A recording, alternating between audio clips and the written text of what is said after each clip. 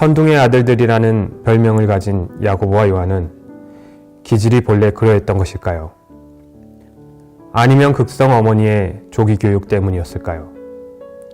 제 생각은 후자로 기우네요. 마태복음 20장에 나오는 일화의 근거에서 말이죠. 주님, 저의 두 아들을 하나는 주님의 우편에, 하나는 주님의 좌편에 앉게 해주세요. 다 큰 성인 아들들을 데리고 와서 자리를 청탁하는 어머니라니 살면서 한두 번이 아니었을 거라는 생각도 듭니다. 야고보와 요한도 익숙했을 거예요.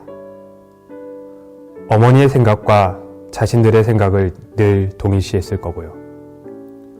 그랬으니 예수께서 나의 잔을 너희도 마실 수 있느냐? 고 물으셨을 때 깊은 생각 없이 냉큼 대답했겠죠. 잔이라고 하니 왕의 포도주쯤으로 생각했을 겁니다. 하지만 결국 그들은 하나님께서 예비하신 잔을 기꺼이 마시게 되었죠.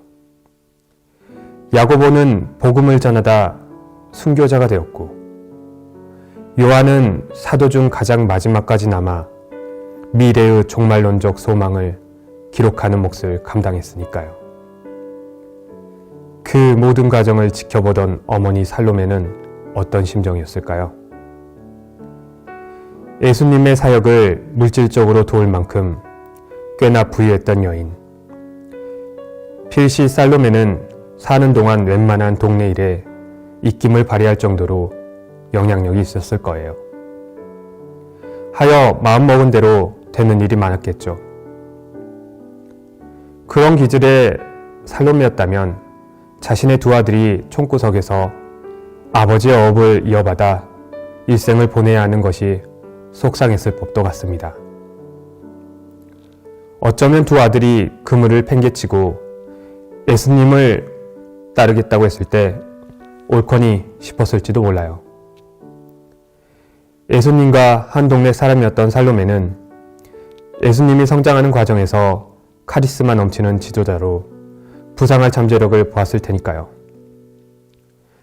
예루살렘까지 전진하여 다윗 왕국과 같은 멋진 나라를 세울 거라고 믿었겠죠.